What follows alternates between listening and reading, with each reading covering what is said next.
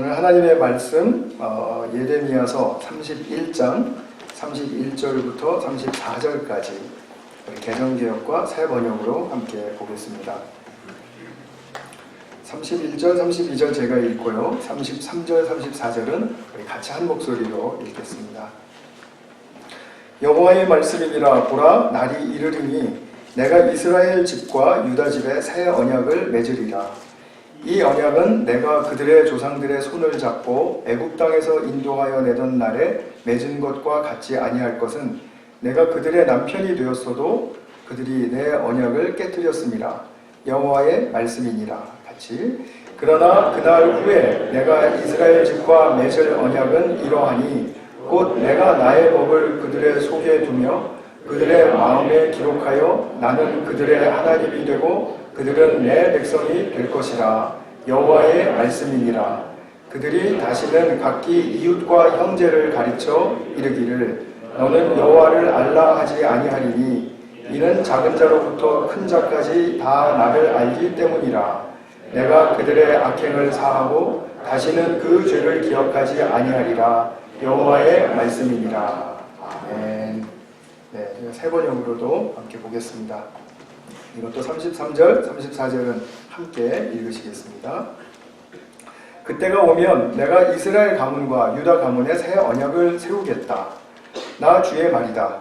이것은 내가 그들의 조상의 손을 붙잡고 이집트 땅에서 데리고 나오던 때에 세운 언약과는 다른 것이다. 내가 그들의 남편이 되었어도 그들은 나의 언약을 깨뜨려 버렸다. 나 주의 말이다. 그러나 그 시절이 지난 뒤에 내가 이스라엘 가문과 같이 한번 읽겠습니다. 그러나 시작. 그러나 그 시절이 지난 뒤에 내가 이스라엘 가문과 언약을 세울 것이니 나는 나의 율법을 그들의 가슴 속에 넣어주며 그들의 마음판에 새겨 기록하여 나는 그들의 하나님이 되고 그들은 나의 백성이 될 것이다. 나 주의 말이다.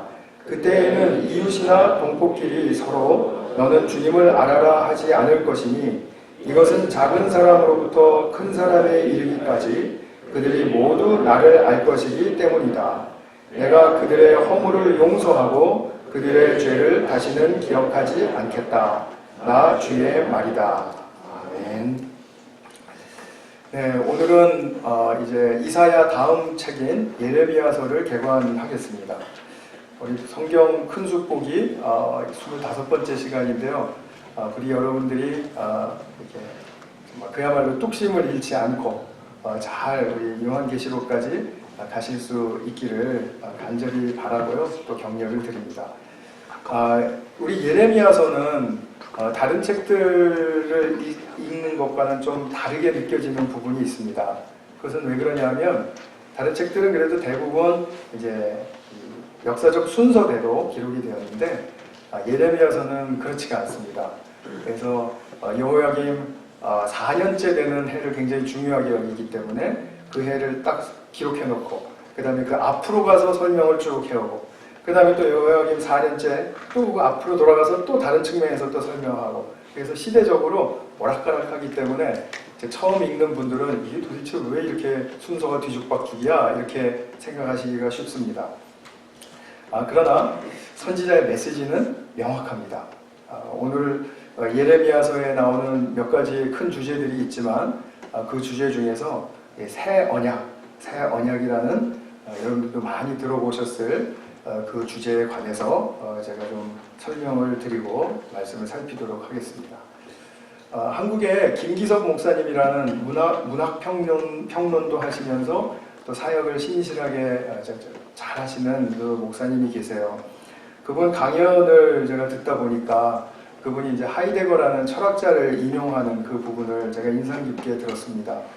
그분의 또 설명도 더해줬고요. 또 그분의 설명에서 또 저의 설명도 더해서 그냥 간략하게 좀 말씀을 드리면 이런 내용입니다.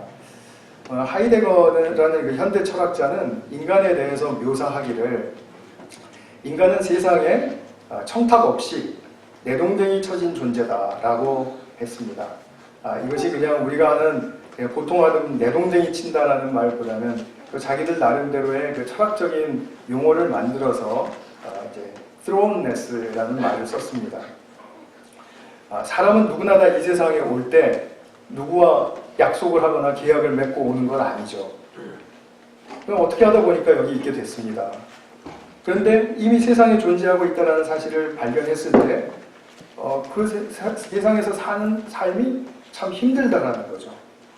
왜 힘드냐 하면 우리는 항상 선택의 기로에 서게 되고 또 선택을 내려야 하고 그 선택에 대한 보장도 없는데 우리는 그 선택을 해야 하니까 그것이 참 우리의 삶을 힘들게 하죠. 그리고 또 선택하면 거기다 책임까지 지라고 합니다.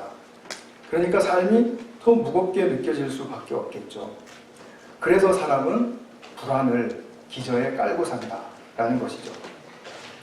이런 점 때문에 인간이 내동댕이 쳐졌다라는 그런 표현으로 이 철학자가 말했습니다.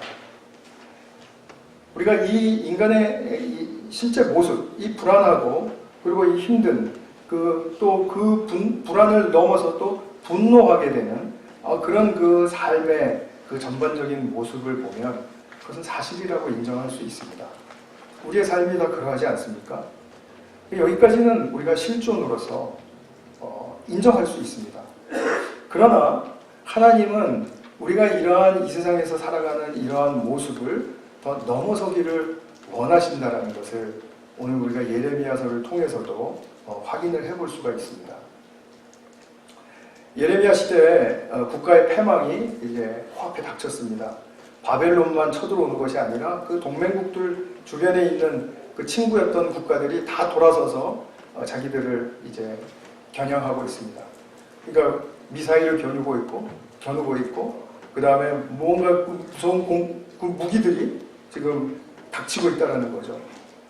아마 그때 그래서 그 당시의 사람들은 우리가 정말 이 세상에 내동댕이 쳐진 것 같다 라면서 매우 불안했을 것입니다. 요즘 우리가 코로나19 때문에 많이 불안하잖아요. 세상이 그토록 불안해하는 것을 보면 나라 전체가 지금 이제 풍전등화 앞에 있는 그런 지경에서 그 위기를 생각할 때 그 목숨이 이제 빼앗겨지는 것이고 나라가 전체가 다 패하는 것이고요. 그 모든 유산도 다 정말 그야말로 파괴되는 것인 그런 그 앞을 바로 바라보면서 그 불안이라는 것은 좀 더 심했다라고 볼 수 있겠죠. 사실 우리는 실제로 내게 일어나는 그런 나쁜 일의 그 크기보다도 그 우리 마음의 불안이 그것을 증폭시켜서 그 증폭된 그 마음의 고통이 아마 더 큰지도 모르겠다라는 생각을 하게 됩니다. 그렇기 때문에 우리는 어떤 상황이 닥치면은 힘들고 어렵지만 그래도 희망을 포기하지 않을 수 있고 그리고 또 좌절하지 않을 수도 있는데 지레 그것을 다 놔버리게 되는 그런 그 현대인의 모습을 우리가 보고 있지 않나 하는 그런 생각을 하게 됩니다. 이런 시점에서 예레미야는 그 하나님의 백성들에게 무엇을 말했을까요? 지금 그것을 보고 싶은 것입니다. 그 예레미야가 하나님의 말씀을 전할 때 그 말씀 속에 보여지고 있는 하나님이 계획하시는 새 일이라는 것은 무엇일까요? 그것을 우리가 지금 보고 싶은 것입니다. 그래서 첫 번째로 우리가 예레미야서의 배경을 좀 우리가 살피게 되면 이렇습니다. 예레미야는 이제 그 몸소 그 패망의 시점을 경험한 사람입니다. 그러니까 BC 500 도표를 다시 한번 보겠습니다. 이 도표는 제가 항상 보여드리겠다고 약속을 했기 때문에 BC 1000년 정도가 다윗과 솔로몬의 통일 왕국 시대. 그 다음에 분열된 때는 922년 남북으로 분열되었죠. 그래서 북이스라엘은 누구에게 망하죠? 아수르에게 722년에 망하죠. 그 다음에 남유다는 바벨론에 의해서 586년에 망하죠. 그런 다음에 70년 정도 포로기를 지난 다음에 그 다음에 1차 귀환하고 또 2차 귀환하고 해서 이것이 이제 이스라엘 역사에 이제 획을 긋는 사건들이다라고 말씀을 드렸습니다. 예레미야는 언제 살았던 사람이냐면 지금 저 앞에 보시면은 그 패망 바벨론에게 망하는 586년을 끼고 BC 627년부터 584년 그 패망 직후까지 이제 살면서 사역을 했습니다. 그러면은 586년에서 536년까지는 이제 포로기라고 그렇게 말할 수가 있겠죠. 그래서 예레미야는 그 누구보다도 정말 그 자신의 그 패망, 그 나라의 패망이 자기 몸에 그냥 확연하게 느끼면서 경험했다라는 것이죠. 성전이 파괴가 되고, 땅이 다 빼앗기고요, 문화유산 다 찬탈되고요, 주권도 이제 남의 나라의 것이 되어버렸죠. 그리고 이제 하나님께서는 예레미야를 통해서 이제 그 패망을 바로 앞두고 지금 하시는 말씀이 예레미야에게 새로운 차원의 말씀과 또 일을 알려주시는 그런 말씀을 이제 하시게 됩니다. 이것은 줄이면 너무나도 분명하게 알 수 있는, 하나님이 무슨 일을 하라고 말씀하시는지 알 수 있는 그 소명의 구절이 있기 때문에, 그래서 우리가 보면은 쉽게 알 수가 있습니다. 1장 10절에 예레미야를 하나님께서 선지자로 부르시는 그 이제 장면 속에서 이렇게 말씀하시죠. 똑똑히 보아라. 오늘 내가 민족과 나라들 위에 너를 세우고, 그러니까 예레미야를 세웠다라는 말씀이죠. 네가 그것들을 뽑으며 허물며 멸망시키며 파괴하며 믿겨지지 않는 말씀들을 막 합니다. 그리고 나서 세우며 심게 하겠다. 한번 딱 판을 싹 쓸어버리고 그걸 새롭게 하시겠다라는 뜻입니다. 이것이 예레미야의 사역이었습니다. 이 표현은 1장 10절에만 나오는 게 아니라 계속해서 부분적으로 전체적으로 예레미야서에 계속 나옵니다. 오늘 본문에도 이제 앞서서 이제 우리가 좀 보게 될 겁니다. 그러면 한번 생각해 보세요. 가뜩이나 불안하고 예민하고 지금 뭐 그런 사람들에게 뽑고 허물고 멸망시키고 파괴할 거다, 이런 말은 그 뒤에 아무리 좋은 말이 나온다 하더라도 그 동안 얼마나 거스르겠습니까? 그죠? 굉장히 기분 나쁘게 하는 말이죠. 지금 위로를 해도 모자랄 판에 지금 부수고 파괴한다고? 이런 말을, 그런데 예레미야는 계속 해야만 했습니다. 자기의 소명이니까. 그 이유로 인해서 많은 배척을 당했고 공격도 당했고 죽임도 당할 뻔했습니다. 그 모욕과 공격은 이루 말할 수 없는 그런 것이었죠. 그래서 동족, 친지, 또 친구들에게 당하는 그런 그 수모와 배척은 정말 이루 말할 수 없다라고 우리가 알 수가 있습니다. 이루 말할 수 없음을 알 수가 있습니다. 그럼에도 불구하고 하나님은 6장 28절에 보면 또 이런 말씀을 하세요. 여기서만 이런 말씀 하시는 거 아니지만요. 내 백성을 시험해 보아라. 금속을 시험하듯 시험해서, 금속을 시험한다는 것은 풀무불로 태우는 것을 이야기하는 것이죠. 시험해서 도대체 그들 정체가 무엇인지 밝혀보아라. 그들은 모두 반항하는 자들이다. 무쇠 같고 완악하고 썩었고, 이런 말씀을 하세요. 굉장히 급진적이고 또 과격한 말씀이죠. 그래서 예레미야는 이런 말씀을 전하면서 정말 괴로웠다라는 거죠. 자기의 그 괴로운 또 갈등이 막 일어나는 그런 심정을 하나님께 깊이 토로하기도 하고 하나님께 항변하기도 하고 못해 먹겠다고 막 대들었죠. 그리고 하나님은 나를 속이시는 자라고 막 그렇게 대들었죠. 그렇게 울부짖었던 선지자가 아마 드물 것입니다. 이런 면에서 예레미야는 참 인간적인 모습을 많이 우리에게 보여주었다, 이렇게 알려지고 있습니다. 그런데 왜 주님은 예레미야에게 이런 힘든 일을 시키실까요? 이렇게 힘든 말을 하게 하실까요? 그것은 예레미야 개인을 위한 것도 아니고 하나님만을 위한 것도 아니고 하나님의 그 백성들이 나중에 주님을 만날 수 있게 하고 또 주님 말씀을 들을 수 있게 하시기 위함입니다.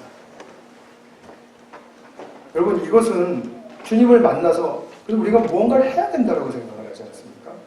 주님을 만나면 무엇이 증거냐를 따지고 싶어 하지 않습니까?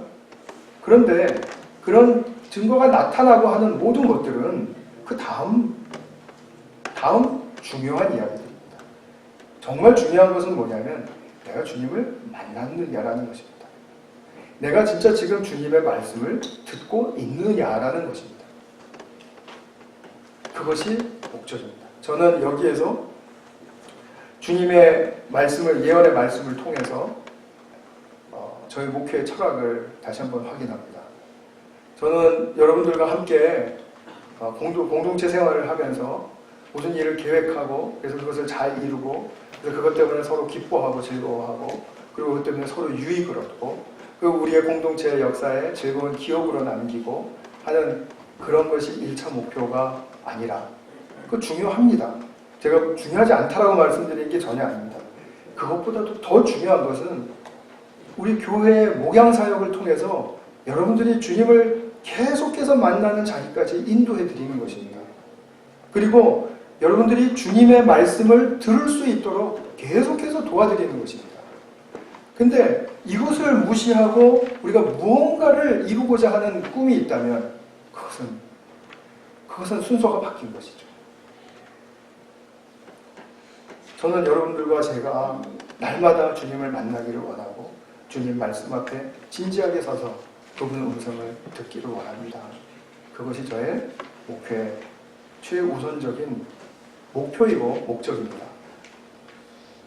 이것을 위해서 선지자가 이제 무엇을 파괴하고 무엇을 허물어야 하는지를 우리가 두 가지만 대표적으로 보도록 하겠습니다. 이 두 가지 중에 첫 번째 것은 뭐냐면 그들이 너무너무나도 소중하게 여기던 다윗의 언약입니다. 남유다 역사 속에서 이 다윗의 언약, 이것은 그야말로 최상위에 있는 보물과도 같은 다윗에게 주신 하나님의 언약입니다. 근데 이것을 허물라고 하세요.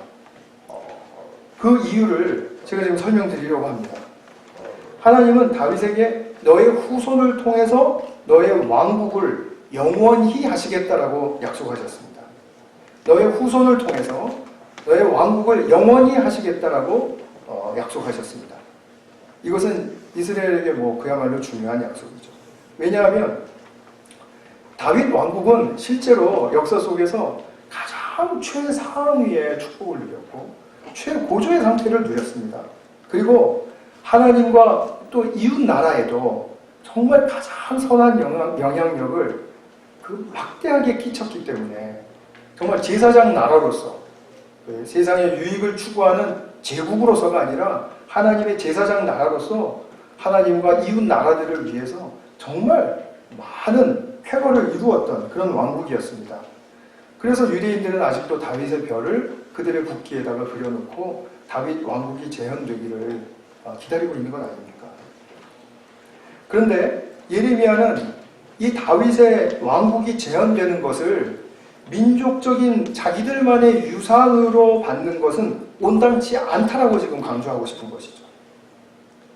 그들에게 약속된 다윗의 왕국은 제가 이제 뒤에서 계속 설명드릴 새 언약에 기초하기 때문입니다. 새 언약이라는 것은 그 이스라엘 민족만을 위한 것이 아니라 온 우리와도 같은 모든 인류를 위한 것이기 때문에 그런 것이죠. 우리가 이미 예수를 믿고 들어온 예수님의 나라를 예레미야는 암시하고 그것을 말하고 싶었던 것입니다. 그래서 다윗 언약은 무척 소중해요. 다윗 언약 자체 내용이 틀렸다라는 말이 아닙니다. 그러나 그것을 해석하는 민족주의 중심으로 곡해된 그들의 그 주장을 무너뜨려야 했다는 거죠. 근데 이 의식이 깨진다는 것은 그렇게 쉬운 일이 아니죠. 그리고 예레미야는 다윗의 의로운 가지, 즉 먼 훗날에 올 그리스도를 강조하면서 예언하는 말씀을 하죠. 그래서 다윗 언약은 민족주의적인 그런 측면으로 곡해되어서는 안 되는 언약이기 때문에 그것을 깨기를 원했습니다. 그다음에 두 번째로는 더 이제 중요하게 여겼던 성전입니다. 성전을 파괴하는 거죠. 이거는 정말 그야말로 물리적으로 회파되었죠. 그들에게 성전 너무 중요했죠. 국가 전체가 다 종교적인 나라니까. 그런데 그 종교적인 나라로서의 가장 큰 심볼은 뭐냐 하면 성전이죠. 우리나라가 뭐 동대문, 남대문 뭐 이거 중요하게 생각하고 훨씬 몇백 배, 몇천 배 이상이죠.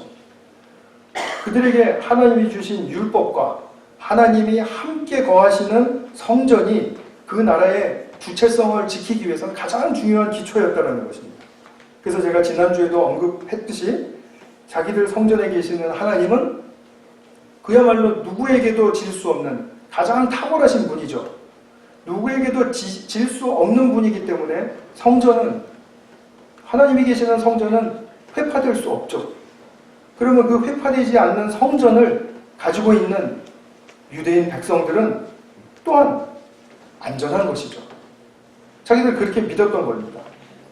그래서 성전이 파괴될 것이라는 것은 꿈에도 생각하지 못했는데, 예레미야의 도전은 이 성전은 무너지고, 그리고 백성들은 끌려가고, 그리고 다시 그 때가 되어서 자기들의 땅으로 돌아올 때 주님은 새 일을 행하신다. 지금 이것입니다. 지난주 이사야서를 보실 때의 맥락과 비슷하죠. 그런 것입니다. 성전이 무너져야 했던 이유는 성전은 그리스도가 오실 때까지 단지 일시적인 의미로만 의미가 있는 것인데, 이들은 건물에 너무 집착하고 있었다는 거죠. 이 건물 자체가 영원할 것이라고 믿었다는 겁니다. 그럼 오늘날로 생각하면 좀 믿겨지지 않는 것인데, 이 사람들의 신앙과 결탁시켜 보면은 그렇게 믿는 것이 당연하다 이렇게 이해도 됩니다.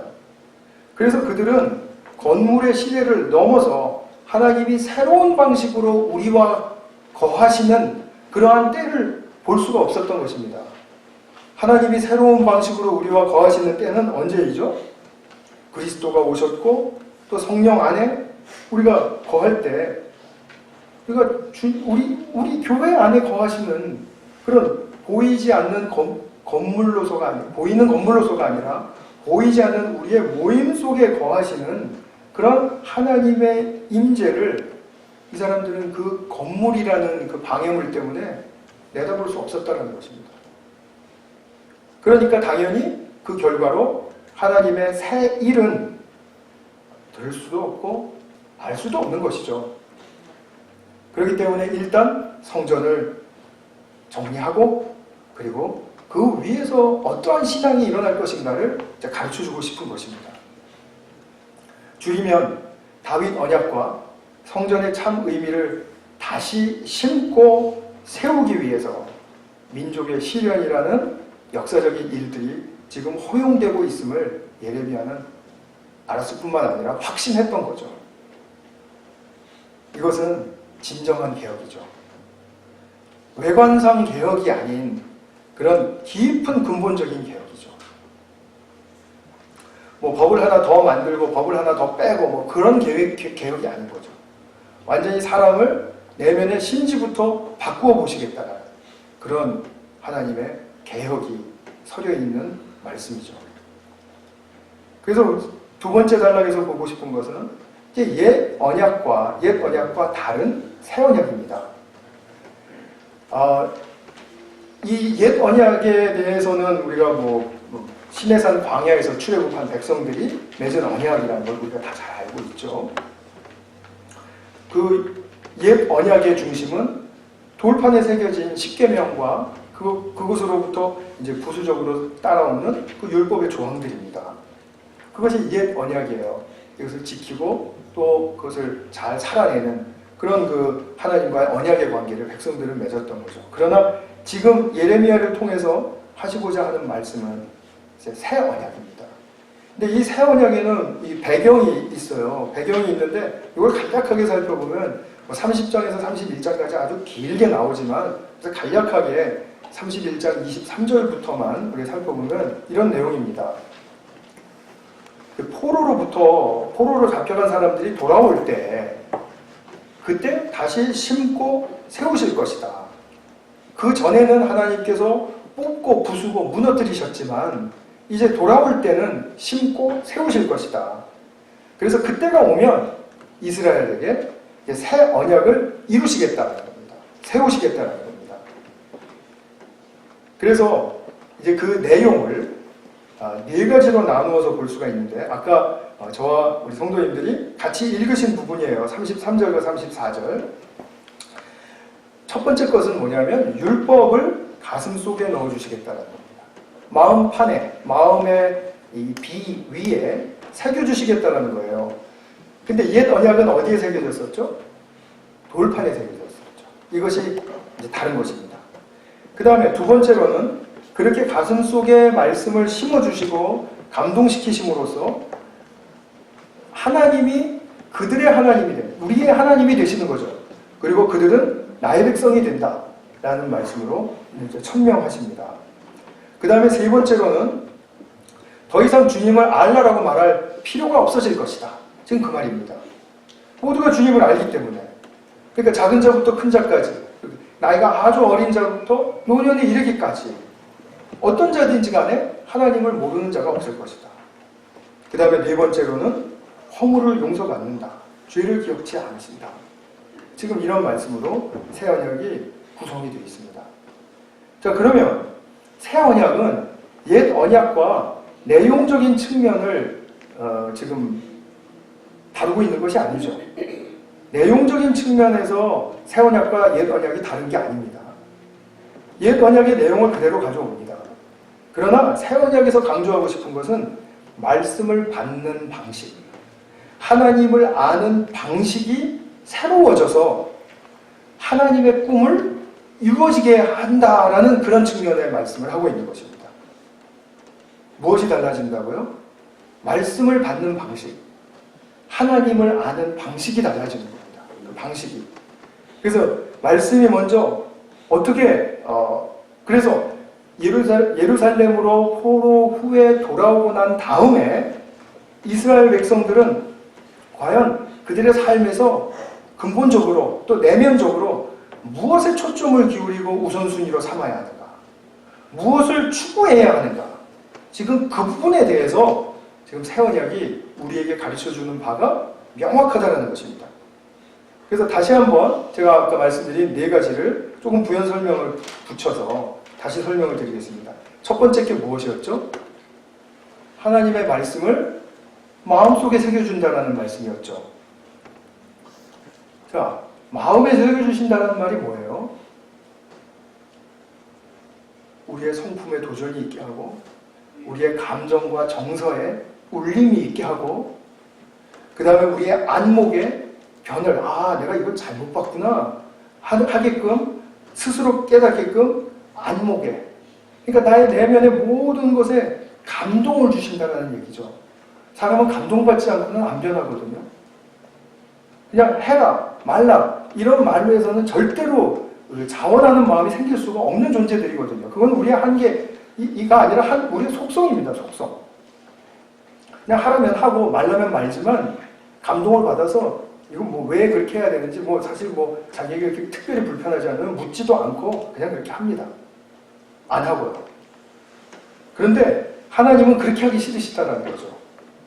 하나님은 반드시 당신의 말씀이 우리의 내면에 감동이 되기를 원하신다는 겁니다. 여러분 드라마 시작하셨는데 1편 봐도 1편은 보통 이제 인트로덕션이니까요. 드라마 전공한 실력이 나오네요. 2편부터 봤는데 별로 감동이 없어요. 3편도 봤는데 감동받을 어떤 기미가 안 보여요. 그러면 4편째, 5편째 보고 싶으신가요? 안 보고 싶으시죠? 그러면 지금 우리가 하나님의 말씀을 더 보고 싶지 않은 이유를 아시겠죠?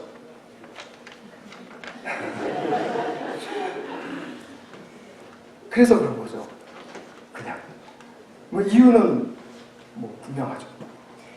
하나님의 뜻이 우리에게 안에, 내면에 새겨져서 감동이 되면 그것이 우리의 진정한 변화의 동력이 된다는 겁니다. 내가 잘못 생각했구나. 내가 잘못 알았구나. 내가 이렇게 하는 게 더 낫겠구나. 애고집만 부릴 게 아니구나. 그렇게 알게 된다는 거예요. 자, 두 번째. 하나님은 그들의 하나님이시고 그들은 하나님의 백성이다. 너희의 하나님, 나의 백성이라는 이 포뮬러, 그러니까 공식과도 같은 이 말은 창세기부터 요한계시록까지 계속 흘러가는 비춰지는 말씀이죠. 여러분, 이 말씀 속에서 무엇을 보십니까? 저는 이번에 설교를 준비하면서 새롭게 성경 전체에 흐르는 하나님의 꿈을 봤습니다. 내가 이들의 하나님이 되고 싶다. 이들은 나의 사랑받는 백성이 되기를 원한다. 하나님의 꿈이세요. 꿈. 이 하나님의 꿈이 우리의 비전이 될 수 있을까요? 당신을 떠난 인간이 주님께로 돌아와서, 창세기 3장 이후로 주님을 떠났잖아요. 떠난 백성들이 주님께로 돌아와서 하나님과 백성의 관계를 맺고, 또 아버지와 자녀의 관계를 맺고, 이런 관계를 온전히 회복하는 것, 이것이 바로 주님이 원하시는 바로 소망이라는 거죠. 그래서 이 꿈을 만나게 됩니다. 세 번째, 주님을 알라라고 말할 필요가 없어질 것이다. 왜냐하면 주님이 워낙 많은 사람들에게 당신을 알려서 당신이 어떤 분인지를 그냥 알게 하셨다는 거예요. 이때 당시에 지금 말씀하고 있는 이스라엘 백성들은 100만도 안 될 겁니다. 망하기 전. 모르겠습니다. 인구 조사를 제가 통계를 좀 보면 더 좋겠는데, 하여튼 100만. 그런데 오늘날 세계 인구 75억 중에 예수님을 주라고 믿고 하나님께로 나아가기로 소망하면서 이런 예배 자리에 모이는 사람들이 75억 중에 33%입니다. 그러면 33%만 하나님을 알고 있느냐? 아니죠. 요즘은 믿지 않는 사람들도 교회 가면 예수님의 십자가로 사람을 구원하신대. 그래서 하나님께로 인도하고 하는 거, 그런 거 가르쳐주는 데가 교회래. 그게 복음이라고 그들은 얘기해. 이렇게 다 알아요. 다 알죠. 교회 가면 뭐 배우는지 다 압니다. 그럼 우리가 불신자들에게 예수 믿고 천당 가세요라고 말하는 것 자체가 우습죠. 그들도 벌써 다 아는 얘기인데, 그럼 우리는 무엇을 얘기해 줘야 될까요? 예수 믿고 하나님께로 나아간다는 삶의 의미가 무엇인지를 말해줘야 되는 거죠. 그것을 보여줘야 되는 거죠. 근데 이게 쉽게 보여지는 것이 아닙니다. 그렇기 때문에 시간이 걸리는 문제이고 인내가 필요하고, 우리에게는 더 치열한 하나님께로 나아가기 위한, 하나님을 드러내기 위한 그런 삶을 살아야 하는 것이죠. 훨씬 더 지금 현재보다 내면적이어야 하고, 그리고 내면의 싸움이 치열해야 하고, 그것은 나를 화나게 하는 그런 싸움이 아니고, 그래서 나를 가꾸고, 나를 더 정화시키고, 나를 더 정결케 하는 그런 차원에서의 싸움이라는 거죠. 그런 내면의 싸움을 싸우라고 지금 하시는 것입니다. 네 번째로는 하나님의 백성의 뚜렷한 특징은 뭐죠? 죄 용서 받았다라는 거죠. 죄 용서 받았다는 걸 자꾸 내 쪽에서 생각하지 마시고, 내가 내 쪽에서 생각하면 죄 용서 받았으니까 난 죄가 깨끗해져야 된다. 우리 지난번 노진준 목사님 오셔서도 이거 굉장히 많이 강조하셨죠? 기억나시죠? 네. 감사해요. 인정해 주셔서. 네.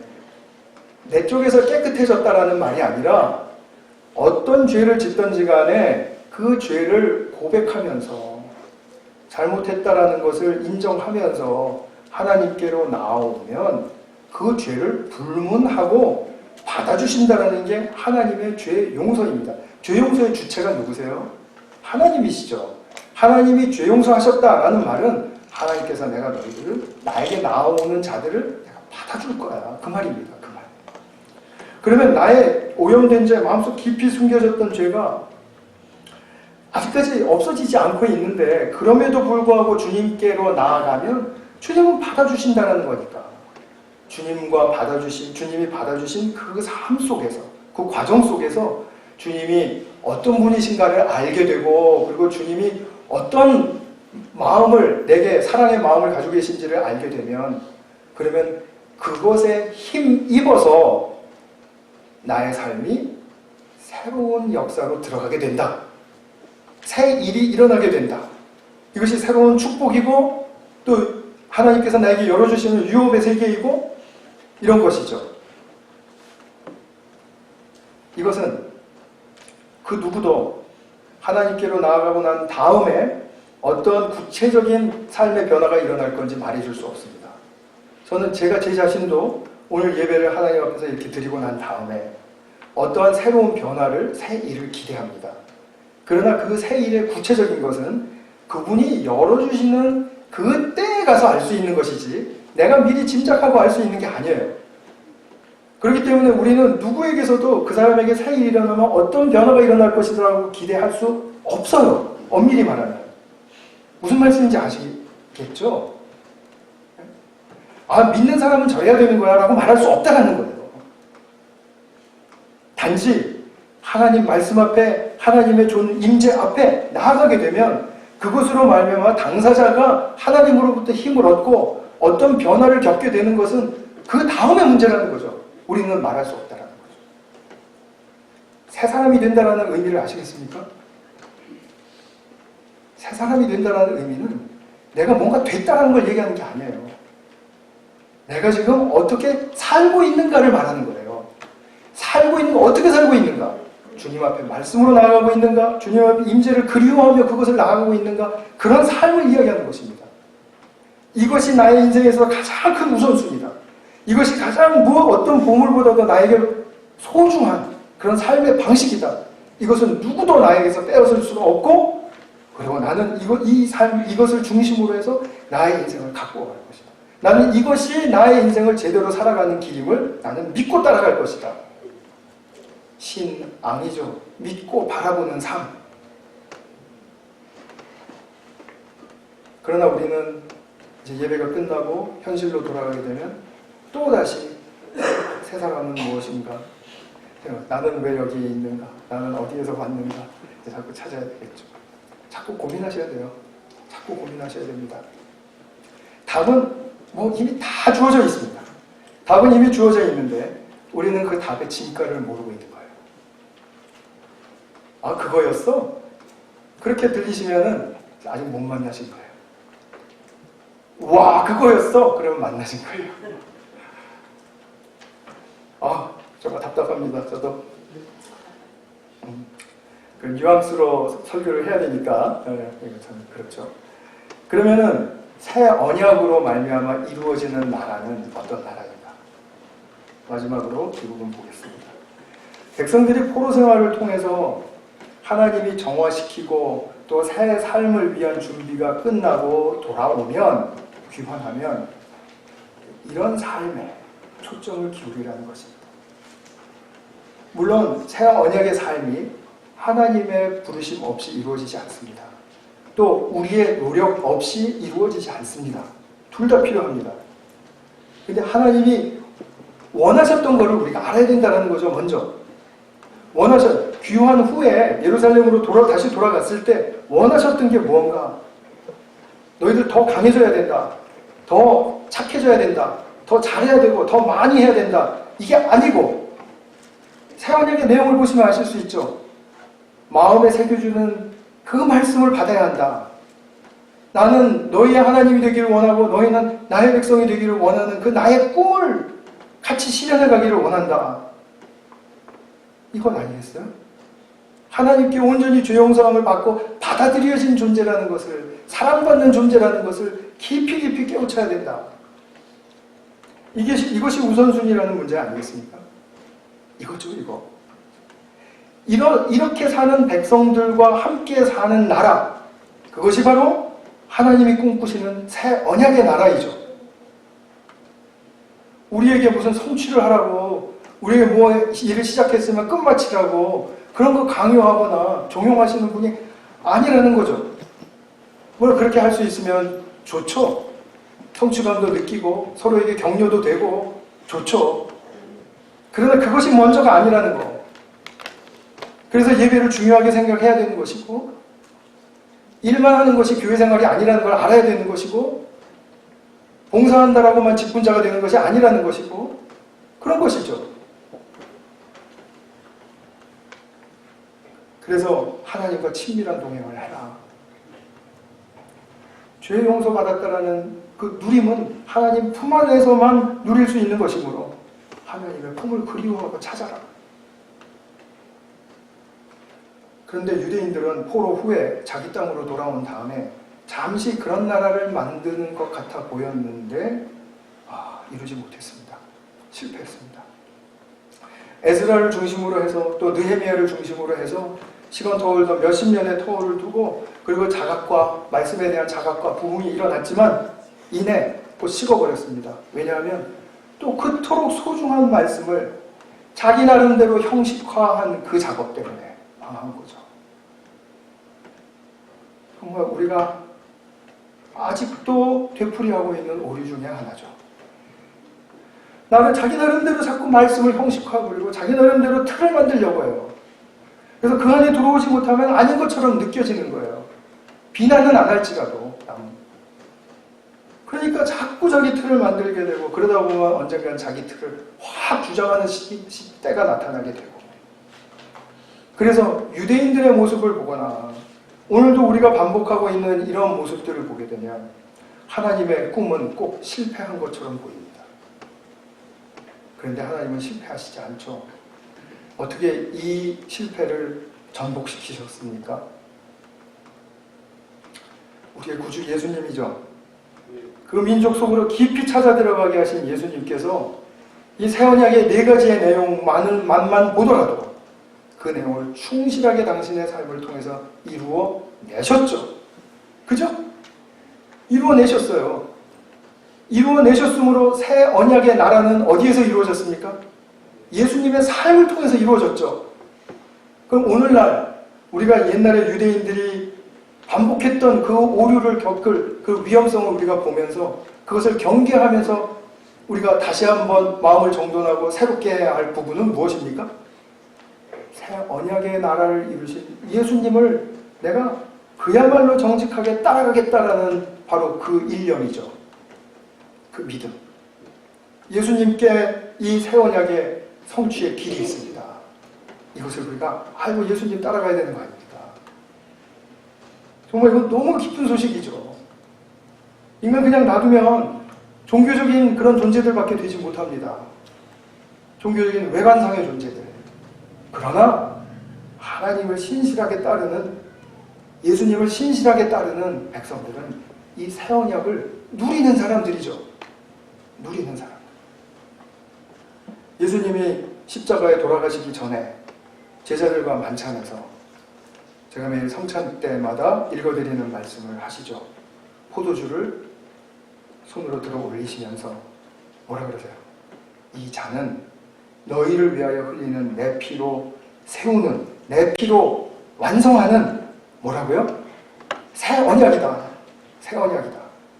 바로 새 언약의 이 완성을 예레미야가 말한 이 새 언약의 완성을 예수님의 보혈에서 보는 것이죠. 이것을 기억하시면서 다음 주 성찬식을 잘 준비해 주시기 바랍니다. 마음으로 기도하시면서 준비해 주시기 바라요. 그래서 예수님의 그 안에서 믿는 자들이 누릴 수 있는 새 언약의 그 축복으로 우리를 초대하신다는 것. 그럼 우리는 무엇에 포커스를 맞춰야 되죠? 다시 한번 말씀 앞에 바로 서는가? 내가 하나님의 임재와 동행하는가? 그것이죠. 그거. 예레미야가 전한 새 언약은 예수님으로 말미암아 성취되었습니다. 즉 뽑고 파괴하고 파멸하고 멸망시킨 후에 심고 세우는 그 축복은 하나님의 꿈꾸시는 새 언약의 나라였다라는 거죠.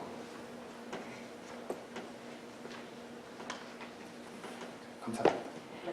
새 언약의 나라 말씀을 맺겠습니다. 그래서 예레미야서를 볼 때 우리에게는 새 언약을 삶 속에서 성취하신 예수님이 꼭 필요합니다. 이 고백이 절절해야 하고 그분과 함께 하신 예수님과 함께 하신 성령께서 부족한 우리들도 유대인의 오류와 같이 빠져들어갈 수 있는 그런 약점이 있는 존재들임에도 불구하고 우리도 동일하게 도우시고 새 언약으로 역사하실 수 있다. 내동댕이 쳐져진 것 같은 삶을 극복하는 길은 말씀을 마음판에 새기는 것입니다. 이것을 믿으십니까? 이것을 믿으시는 그런 놀라운 축복이 함께 하시기를 바랍니다. 같이 한번 기도하겠습니다. 지금 이 시간에는 우리가 정말 새 언약의 내용을 한번 마음속으로 기억해 보시기 바랍니다. 말씀을 마음판에 새겨주신다. 그리고 나는 그분은 나의 하나님이 되시고 나는 그분의 백성이다. 그리고 주님을 알라고 하지 않을 만큼 그 모두가 주님을 아는 가운데 나는 진정한 주님과의 동행을 원한다. 그리고 내가 주님께 고백하고 나아가면 주님은 항상 나를 받아주신다. 그래서 죄 용서함에 그 축복을 나는 누리게 된다. 우리 이것을 기억하시면서 이것이 나의 삶의 뚜렷한 우선순위요 정말 가장 중요한 초석이다 라는 사실을 다시 한번 새기실 수 있는 기도가 드려질 수 있기를 바랍니다.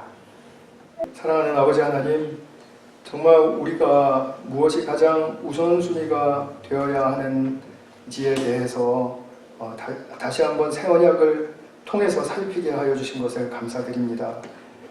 옛 언약과 내용이 달라서 새 언약이 아니고 우리가 하나님의 말씀을 받는 방식 또 하나님을 만나는 길이 더욱더 새로워지고 더욱더 명확해져서 그것이 새 언약이 된다는 사실을 오늘 같이 함께 생각해 보았습니다.